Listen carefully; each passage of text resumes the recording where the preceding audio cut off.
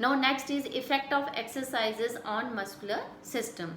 Muscles जो हैं वो फाइबर से बनी हुई होती हैं।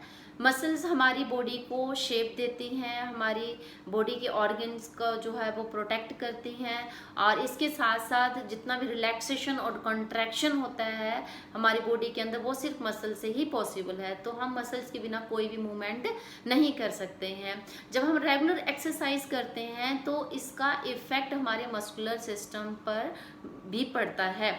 तो इसके कुछ पॉइंट्स हैं। First point is change in size and shape of the muscle. जब हम रेगुलर एक्सरसाइज करते हैं तो इसके करने से जो मसल्स का साइज है वो भी बढ़ता है और मसल्स की शेप भी जो है वो डेवलप होती है। तो आपने देखा होगा बहुत सारे लोग जो है वो जिम में जाते हैं, वेट ट्रेनिंग करते हैं ताकि उनकी जो मसल्स हैं उनका साइज डेवलप हो सके और उनकी मसल्स को प्रॉपर शेप मिल सके, ताकि वो ज़्यादा उनकी मसल्स जो हैं वो फोर्स प्रोड्यूस कर सकें। Next is increase in muscle strength. तो जब हम रेगुलर एक्सरसाइज करते हैं तो मसल्स की जो स्ट्रेंथ है वो भी इंक्रीज होती है। तो जैसे मसल का साइज इंक्रीज हुआ तो उसके साथ साथ मसल्स के अंदर स्ट्रेंथ भी जो है वो इंक्रीज हो जाती है। जितना ज़्यादा मसल का साइज बड़ा होगा उतनी ही उनके अंदर स्ट्रेंथ भी जो है वो ज़्यादा होगी। तो ज़्यादा फोर्स जो है वो प्रोड्यूस कर पाएंगी मसल्स जब उनके अंदर ज़्यादा स्ट्रेंथ होगी। तो रेगुलर एक्सरसाइज से मसल्स में स्ट्रेंथ इंक्रीज होती है। No next is increase in blood supply. जब हम एक्सरसाइज करते हैं तो हमारी मसल्स को ज़्यादा ऑक्सीजन की ज़रूरत पड़ती है, वहाँ पे ऑक्सीजन की सप्लाई जो है वो बढ़ जाती है। तो जितना मसल्स का साइज ज़्यादा होगा उतना ही ज़्यादा ऑक्सीजन की सप्लाई की ज़रूरत पड़ेगी। तो इसलिए जब हम रेगुलर एक्सरसाइज करते हैं ब्लड की सप्लाई भी जो है वो इंक्रीज होती है। Is improving efficiency. जब हम रेगुलर एक्सरसाइज करते हैं तो जो मसल्स हैं उनका आपस में जो कोऑर्डिनेशन है वो भी डेवलप होता है। तो इसलिए रेगुलर एक्सरसाइज करने से जो मसल्स का है उनका कोऑर्डिनेशन डेवलप होने के साथ जो है उनकी एफिशिएंसी भी इम्प्रूव होती है। Next is delay fatigue. जब हम रेगुलर एक्सरसाइज करते हैं तो जो मसल्स की काम करने की कैपेसिटी है वो इंक्रीज हो जाती है, और जब उनके मसल्स की काम करने की कैपेसिटी इंक्रीज हो जाती है तो उनके अंदर less amount of lactic acid produce होता है, और जब लैक्टिक एसिड कम प्रोड्यूस होगा तो हमारी बॉडी के अंदर फटीग भी जो है वो डिले होगा, लेट होगा। फटीग थकावट जो है वो हमारे शरीर को जो है वो लेट होगी। Next is improvement in flexibility. Regular exercise करने से मसल्स के अंदर फ्लेक्सिबिलिटी भी जो है वो डेवलप होती है, जिससे कोई भी एक्सरसाइज करना जो है वो बहुत ज़्यादा कंफर्टेबल हो जाता है। Next is prevention from various types of the diseases. जब हम रेगुलर एक्सरसाइज करते हैं बहुत सारी डिजीजेज से हमें प्रिवेंशन मिलता है। तो next topic of this unit is physiological changes due to ageing. सबसे पहले हम समझेंगे एजिंग क्या होता है। एजिंग का मतलब होता है उम्र का बढ़ना। तो जैसे जैसे उम्र बढ़ती जाती है वैसे वैसे फिजिकल और फिजियोलॉजिकल जो एबिलिटीज़ हैं कम होती जाती हैं। जब व्यक्ति 30 इयर्स का हो जाता है तो उसके बाद उसकी बॉडी के जितने भी सिस्टम हैं, ऑर्गन्स हैं, वो सारे जो उनकी फंक्शनिंग है वो स्लो हो जाती है। लेकिन इसमें बहुत सारे फैक्टर्स भी इफ़ेक्ट करते हैं, जैसे एक्सरसाइज है, डाइट है, एनवायरनमेंट है, सोशल रिलेशनशिप्स हैं। तो ये सारे फैक्टर भी इफ़ेक्ट करते हैं एजिंग को लेकर। No physiological changing due to ageing. First point है changes in muscle size and strength. जैसे जैसे एज बढ़ती है 30 इयर्स के बाद कुछ फिजियोलॉजिकल चेंजेस आते हैं हमारी बॉडी के अंदर कि जो मसल्स हैं उनकी साइज के अंदर जो है वो चेंज आने लगते हैं। मसल्स का साइज जो है वो कम हो जाता है, मसल्स के अंदर जो स्ट्रेंथ है वो कम हो जाती है, क्योंकि जैसे जैसे हमारी एज बढ़ती जाती है वैसे वैसे मसल मास जो है वो भी जो है वो डिक्रीज हो जाता है और मसल्स के अंदर स्ट्रेंथ भी जो है वो डिक्रीज होती है। Next is change in metabolism and body composition. जो हमारा बेसल मेटाबॉलिक रेट है वो भी धीरे धीरे जो है उसके अंदर भी चेंज आने लग जाती है। Next is change in metabolism and body composition. जैसे जैसे हमारी उम्र बड़ी होती है वैसे वैसे एनर्जी का लेवल जो है वो हमारे शरीर से कम हो जाता है, जिसके कारण मेटाबॉलिज्म रेट जो है वो भी कम हो जाता है। और इसके साथ साथ उम्र के बढ़ने के साथ जो हार्मोन्स हैं उनके अंदर भी कुछ चेंजेस आते हैं, और हार्मोन्स के अंदर चेंजेस आने के कारण बॉडी के अंदर फैट का अमाउंट जो है वो बढ़ जाता है। इसलिए एज बढ़ने के साथ जो है बॉडी के अंदर फैट का एक्युमुलेशन भी जो है वो भी इंक्रीज होता है। Next is change in bone density. जो हड्डियां हैं उनकी मजबूती कम हो जाती है, क्योंकि हमारा शरीर जो है उम्र बढ़ने के साथ साथ कैल्शियम को एब्जॉर्ब नहीं कर पाता, और विटामिन डी की कमी होने के कारण भी जो है कैल्शियम हमारी बॉडी में एब्जॉर्ब नहीं हो पाता। तो इसलिए कैल्शियम का कम एब्जॉर्ब होना हमारी बॉडी के अंदर हमारी जो बोन्स हैं उनको वीक करता है, और बोन्स जब वीक हो जाती हैं तो हमारी बॉडी के अंदर जो बोन की डेंसिटी है वो कम हो जाती है, जिसके कारण काफ़ी प्रॉब्लम्स आती हैं। Changes in respiratory system, change in heart and blood circulation. जैसे जैसे एज बढ़ती है तो जो हमारे हार्ट की एफिशिएंसी है वो भी कम हो जाती है, जिसके कारण ब्लड की प्रॉपर सर्कुलेशन बॉडी के अंदर नहीं हो पाती, स्लो डाउन हो जाती है circulation. Changes in brain and nervous system. जैसे जैसे एज बढ़ती है वैसे वैसे जो हमारा ब्रेन है वो वीक हो जाता है, नर्वस सिस्टम जो है वो स्लो वर्क करने लग जाता है, जिसके कारण याददाश्त जो है वो थोड़ी वीक हो जाती है, सारे काम एक्टिवली नहीं कर पाते जैसे जैसे एज बढ़ती है। Next is changes in digestive system. जैसे जैसे एज बढ़ती है तो जो डाइजेस्टिव सिस्टम है उसकी जो फंक्शनिंग है वो स्लो डाउन हो जाती है, जिसके कारण खाना जल्दी से डाइजेस्ट नहीं होता और कम भूख लगती है, या फिर जो खाना खाया हुआ होता है वो जल्दी से डाइजेस्ट नहीं होता। Change in flexibility. जैसे जैसे उम्र बढ़ती है वैसे वैसे जो लिगामेंट्स और टेंडेंस में चेंज होने के कारण जॉइंट्स की फ्लेक्सिबिलिटी जो है वो कम हो जाती है। Next is changes in sensory organs. जो भी सेंसरी ऑर्गन्स हैं उनके अंदर भी काफ़ी चेंजेस आते हैं, जैसे चेंजेस इन विजन, नज़र जो है वो कम हो जाती है, दिखाई कम देने लगता है। चेंजेस इन हियरिंग, सुनाई कम देने लगता है, या फिर कोई ज़ोर से बोले तब सुनाई देता है। चेंजेस इन टेस्ट, टेस्ट के अंदर भी काफ़ी चेंजेस आते हैं कि उनको टेस्ट का ज़्यादा पता नहीं चलता है। चेंज इन स्मेल, स्मेल भी जो है वो अच्छे से नहीं कर पाते जैसे जैसे उम्र बढ़ती है।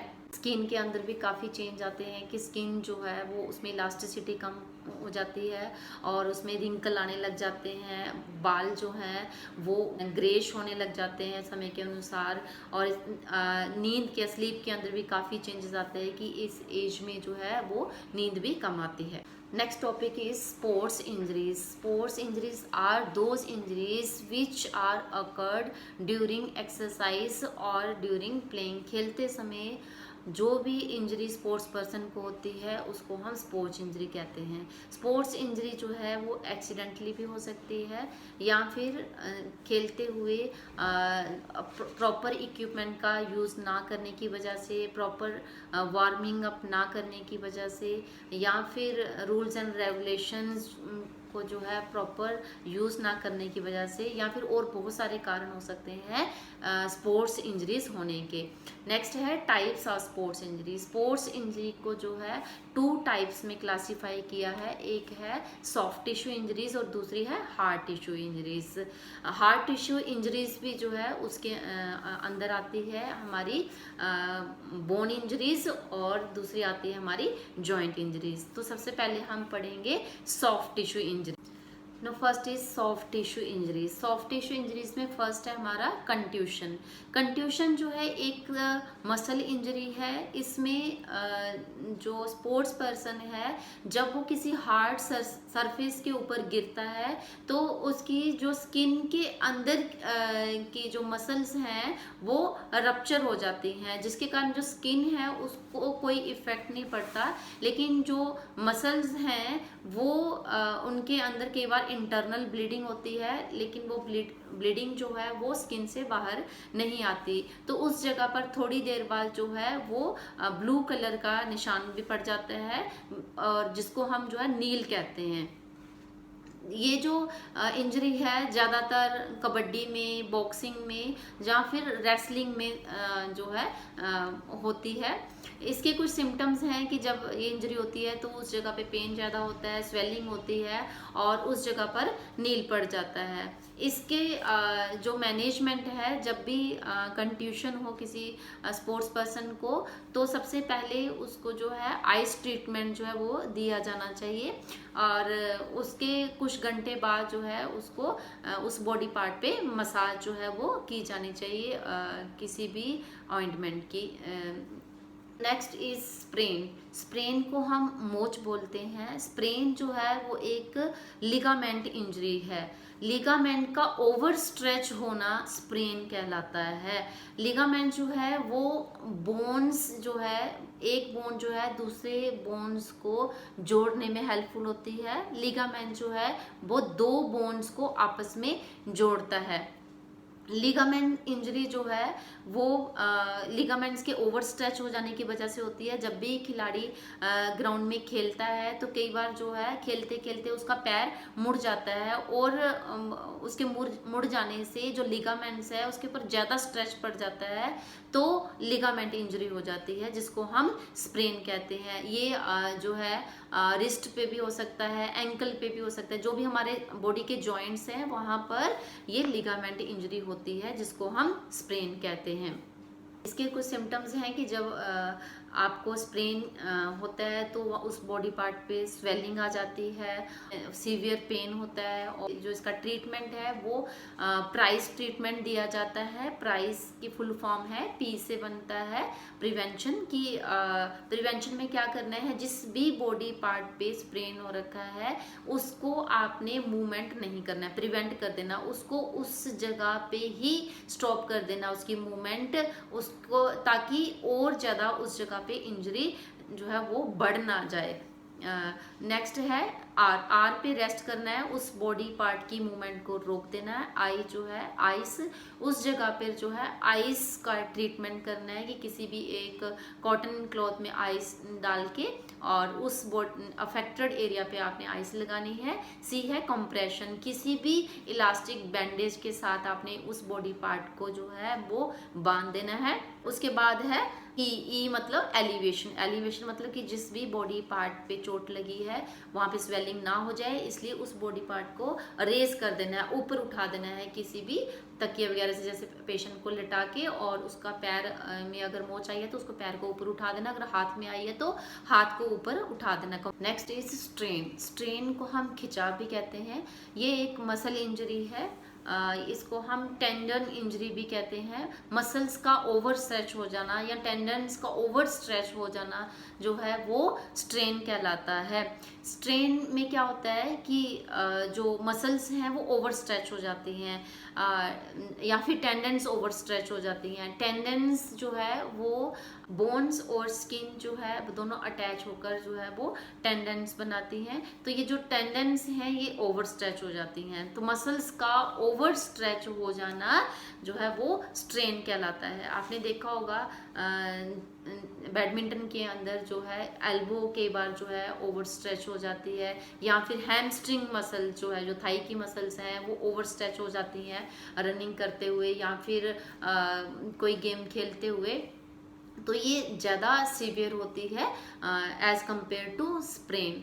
तो इसमें खिलाड़ी को काफ़ी दिन तक रेस्ट करना पड़ता है। इसके जो सिम्टम्स हैं वो पेन होता है उस बॉडी पार्ट पे काफ़ी, और स्वेलिंग हो जाती है वहाँ पे उस बॉडी पार्ट पे, और क्रैम्प्स पड़ते हैं वहाँ पे। और इसके जो ट्रीटमेंट है उसमें जो है प्राइस ट्रीटमेंट ही दिया जाता है, जो कि हमने अभी स्प्रेन में पढ़ा PRICE। ये ट्रीटमेंट जो है वो पेशेंट को दिया जाता है। नेक्स्ट है एब्रेशन। एब्रेशन का मतलब होता है रगड़ खाना या छिल जाना। जो स्किन है वो छिल जाती है। ये कब होता है, जब खिलाड़ी जो है हार्ड सरफेस पर नीचे गिरता है तो फ्रिक्शन के कारण उसकी जो स्किन है वो रब्ड हो जाती है या स्क्रैप हो जाती है, जिसके कारण जो है वो एब्रेशन हो जाता है। तो एब्रेशन का मतलब होता है कि स्किन का स्क्रैप हो जाना या रब्ड हो जाना। ये जो चोट है ज़्यादातर हॉकी, फुटबॉल जो खेले हैं, जो या बास्केटबॉल खेले हैं, जहाँ पे हार्ड सरफेस पे स्पोर्ट्स पर्सन खेलता है, वहाँ पर ये हो सकती है। इसके जो सिम्टम्स हैं, इसमें काफ़ी पेन होता है स्किन में, और हल्की हल्की ब्लीडिंग जो है वो आउटर स्किन पर आती है और पेनफुल होता है ये। एब्रेशन के ट्रीटमेंट में सबसे पहले जो भी अफेक्टेड एरिया है उसको क्लीन वाटर से वॉश करना है, और उसके बाद किसी भी सोप से जो है उस एरिया को क्लीन करना है, और उसके बाद एंटीसेप्टिक क्रीम लगा देनी है उस एरिया पे, और उसको किसी भी बैंडेज के साथ बांध देना है, और उसको लगातार जो है कुछ दिन तक ड्रेसिंग जो है उसकी चेंज करती रहनी चाहिए। और अगर उसको पेन किलर की ज़रूरत है तो उसको पेन किलर आप बीच में दे सकते हैं, और इसके साथ साथ जो है टेटनेस का इंजेक्शन जो है वो भी पेशेंट को लगाना चाहिए। Next is incision. इसी इंसिजन को हम जो है कट लगना या चीरा लगना भी कहते हैं। ये एक स्किन इंजरी है। ये किसी भी शार्प ऑब्जेक्ट के कारण लगती है, कि जैसे कोई शीशा है तो अगर वो ग्राउंड में पड़ा है और उसका खिलाड़ी का पैर उस शीशे के ऊपर या उस नेल्स के ऊपर जो है वो आ जाता है, और उसकी स्किन जो है वो काफ़ी अंदर तक कट जाती है, जिसको हम इंसिजन कहते हैं। तो स्किन में अंदर तक किसी शार्प ऑब्जेक्ट से कट जाना इंसिजन कहलाता है। दूसरा है लेसिरेशन। लेसिरेशन ये भी एक तरह का कट है। इसमें जब हमारी स्किन जो है किसी भी ऑब्जेक्ट के लगने से कट जाती है उसको हम इंसिजन कहते हैं। नेक्स्ट है हमारा ब्रूस। ब्रूस को जो है नील पड़ना भी कहते हैं।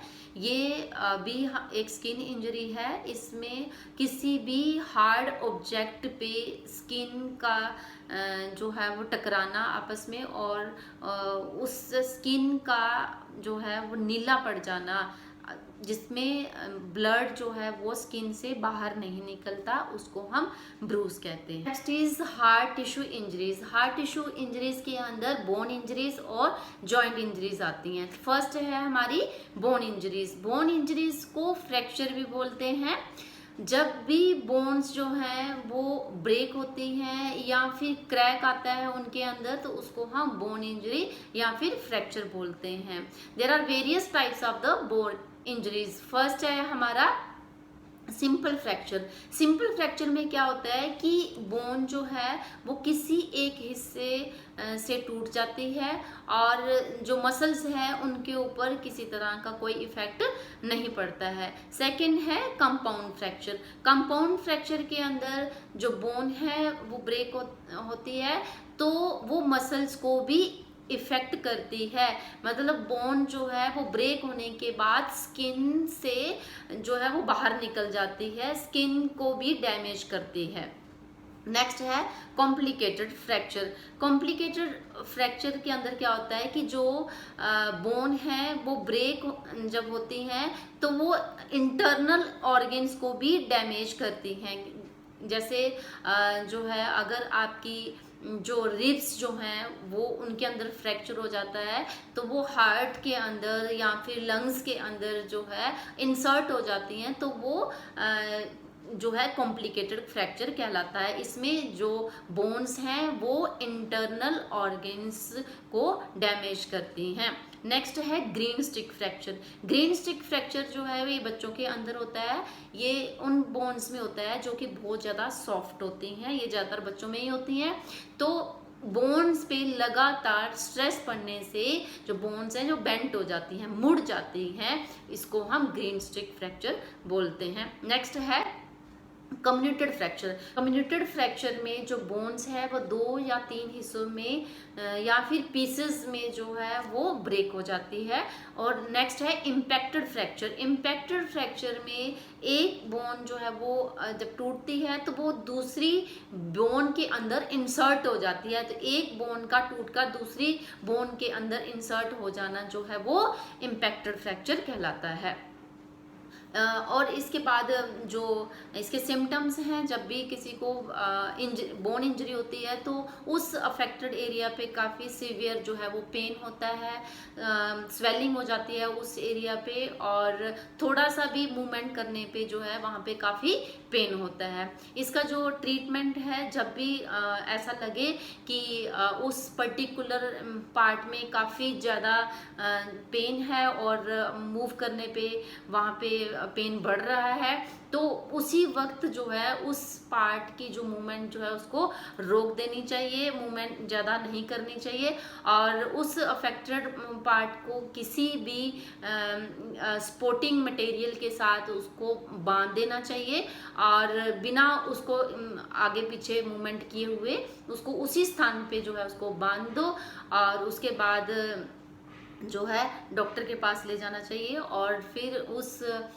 जो भी अफेक्टेड एरिया है उस पर जो है वो प्लास्टर वगैरह होता है अकॉर्डिंग टू डॉक्टर जैसे सजेस्ट करें, और उसके बाद जब प्लास्टर उतर जाए तो उसके बाद आप उस अफेक्टेड एरिया की मसाज करके या फिर रिहैबिलिटेशन करके कुछ एक्सरसाइज के द्वारा जो है उसको द्वारा हम वापस ठीक कर सकते हैं। Next is joint injuries. Joint injuries को डिसलोकेशन ऑफ जॉइंट भी बोलते हैं। हमारी बॉडी के अंदर बहुत सारे जॉइंट्स हैं, तो इन जॉइंट्स का अपनी जगह से डिसलोकेट हो जाना डिसलोकेशन कहलाता है। कि स्पोर्ट्स के अंदर बहुत सारी ऐसी मूवमेंट्स आती हैं जिसके कारण जो है वो जॉइंट्स डिसलोकेशन हो जाता है या जॉइंट इंजरी हो जाती है। There are various types of joint dislocation. First है हमारा dislocation of lower jaw.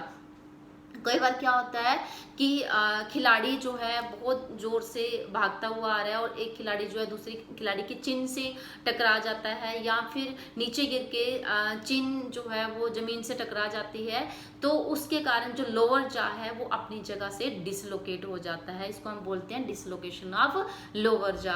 Next है dislocation off shoulder joint.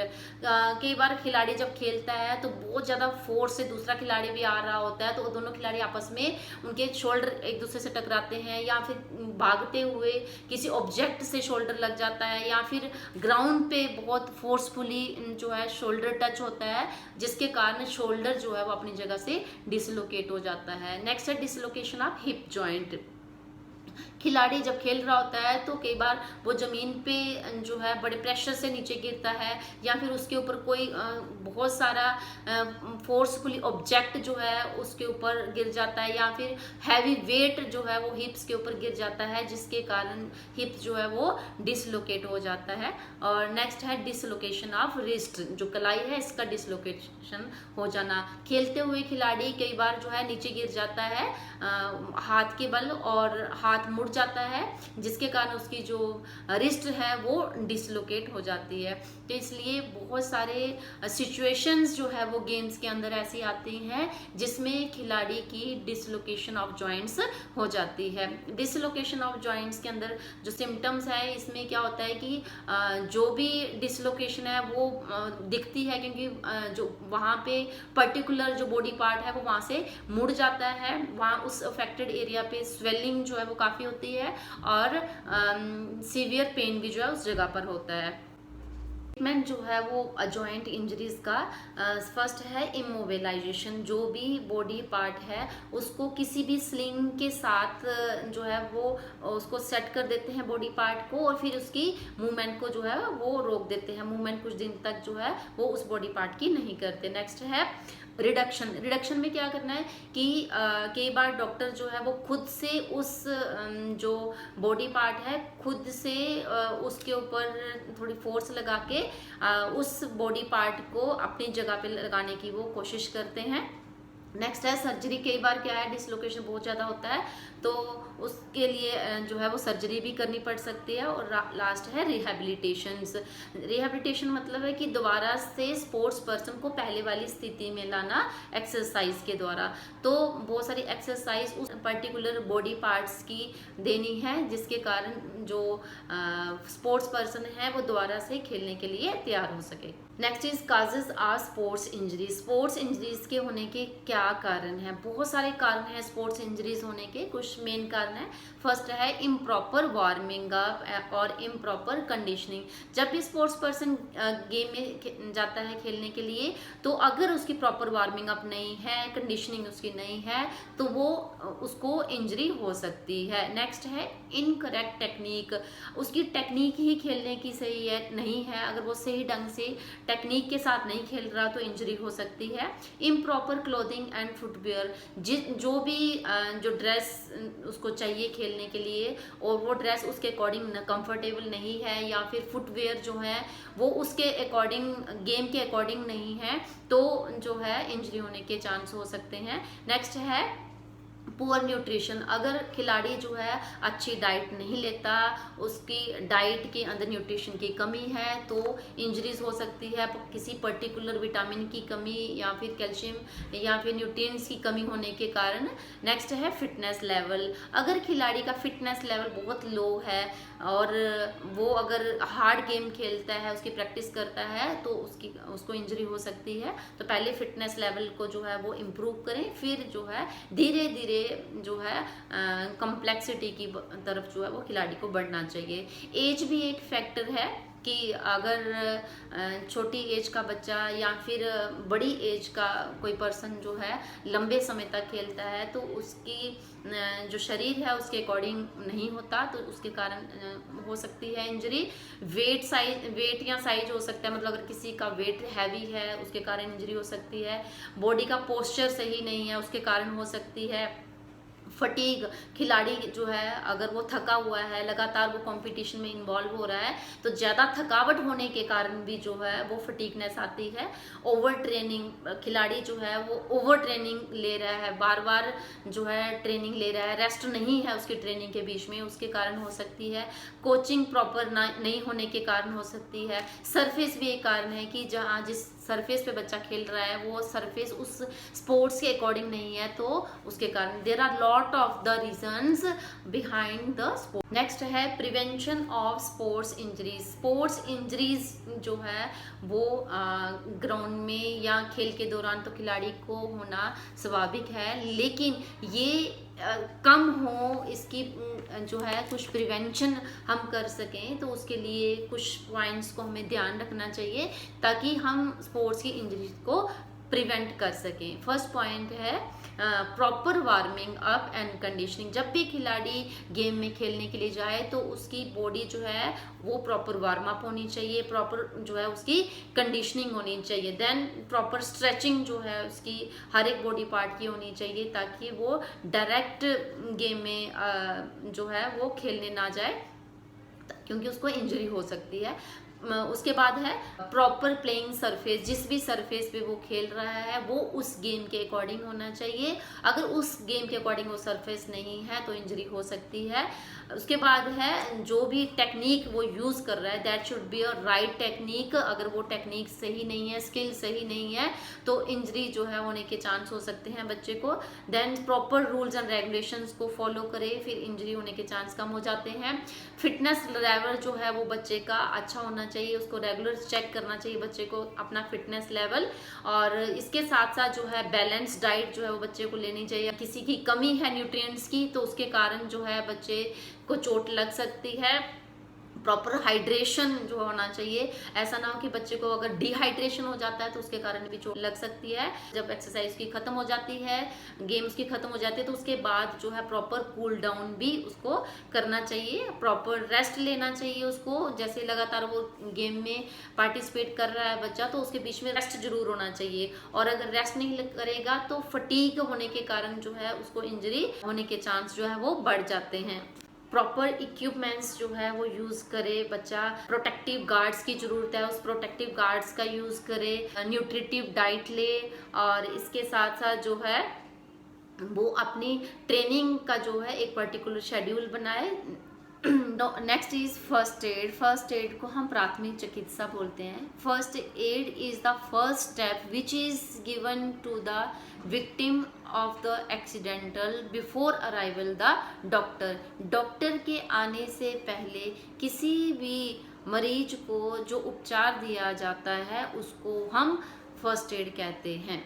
Next, objectives of first aid की जो मेन उद्देश्य हैं उनमें से पहला है हमारा प्रिजर्व लाइफ, जीवन की रक्षा करना। कि कई बार क्या होता है कि जो मरीज है वो इस स्थिति में होता है कि वो पता नहीं वो बच पाएगा कि नहीं बच पाएगा, तो उस स्थिति में जो फर्स्ट एडर है उसको उसको उस हालात से वापस लाना, उसको मरने से बचाना जो है उसकी प्राथमिकता होनी चाहिए। जैसे किसी को सांस नहीं आ रहा तो उसको जो है किस तरह से उसकी ब्रीदिंग को वापस लाया जाए, ये फर्स्ट एडर को आना चाहिए। नेक्स्ट है प्रोटेक्ट द अनकॉन्शियसनेस। कई बार क्या होता है कि जो व्यक्ति है वो बेहोश हो जाता है, तो बेहोशी में किस तरह से उसको ट्रीटमेंट किया जाए, किस तरह से उसको किस स्थिति में रखा जाए कि उसकी स्थिति जो है वो पहले से और बदतर ना हो। तो बेहोशी में उसका किस तरह से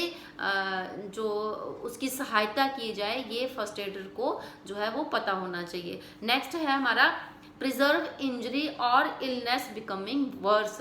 जो इंजरी हुई है वो और ज़्यादा ना खराब हो जाए, और ज़्यादा उसकी तबीयत ना बिगड़ जाए, इसके लिए उसका जो है ध्यान रखना चाहिए। जैसे अगर किसी को फ्रैक्चर हुआ है तो वो फ्रैक्चर और ना बढ़ जाए, या किसी को ब्लीडिंग हो रही है तो वो उस ब्लीडिंग को रोकने के लिए फर्स्ट एडर को जो है उसकी पूरी हेल्प करनी चाहिए। कि जैसे अगर उसको फ्रैक्चर हुआ है तो उस अफेक्टेड एरिया को वहीं पे जो है किसी चीज़ से बांध देना चाहिए ताकि उसकी मूवमेंट रुक जाए, या फिर अगर उसको ब्लीडिंग हो रही है तो किसी कपड़े से उस बॉडी पार्ट को जो है वो बांध देना चाहिए ताकि उसकी ब्लीडिंग जो है वो रुक जाए। नेक्स्ट है प्रमोट रिकवरी। जो उसकी रिकवरी जो है उसको बढ़ावा देना चाहिए कि वो रिकवरी उसकी बढ़ती जाए। जैसे वो सांस नहीं ले पा रहा तो उस तरह से उसका ट्रीटमेंट किया जाए ताकि वो सांस लेने में थोड़ी सी आसानी जो है वो महसूस कर सके। नेक्स्ट पॉइंट है प्रोक्योर मेडिकल एड। जितनी जल्दी हो सके उसको मेडिकल एड जो है वो प्रोवाइड करवाना इसका उद्देश्य है। To decrease pain and suffering. अगर कोई पेशेंट जो है वो उसको बहुत ज़्यादा पेन हो रहा है तो उसको कोई भी पेन किलर देना, या किसी भी मतलब जो उसके पास रिसोर्सेज हों उन रिसोर्सेज का यूज़ करके उसका उपचार करना जो है वो फर्स्ट एडर का ऑब्जेक्टिव होता है। प्रिंसिपल ऑफ फर्स्ट एड है कि जब भी आप किसी पेशेंट को फर्स्ट एड दें तो इमीडिएट एक्शन लें पहला, और फिर जो है पैनिक ना हो और उसको आश्वासन दें कि वो जल्दी से ठीक हो जाएगा, और मरीज को जो है लगातार उससे बातचीत करते रहें, उसको हौसला दें, और जो संभव हो सके आपके आसपास जो रिसोर्सेज हों उन सब रिसोर्सेज का यूज़ करके उस पेशेंट को जो उसकी स्थिति है उससे वापस लाने की कोशिश करें।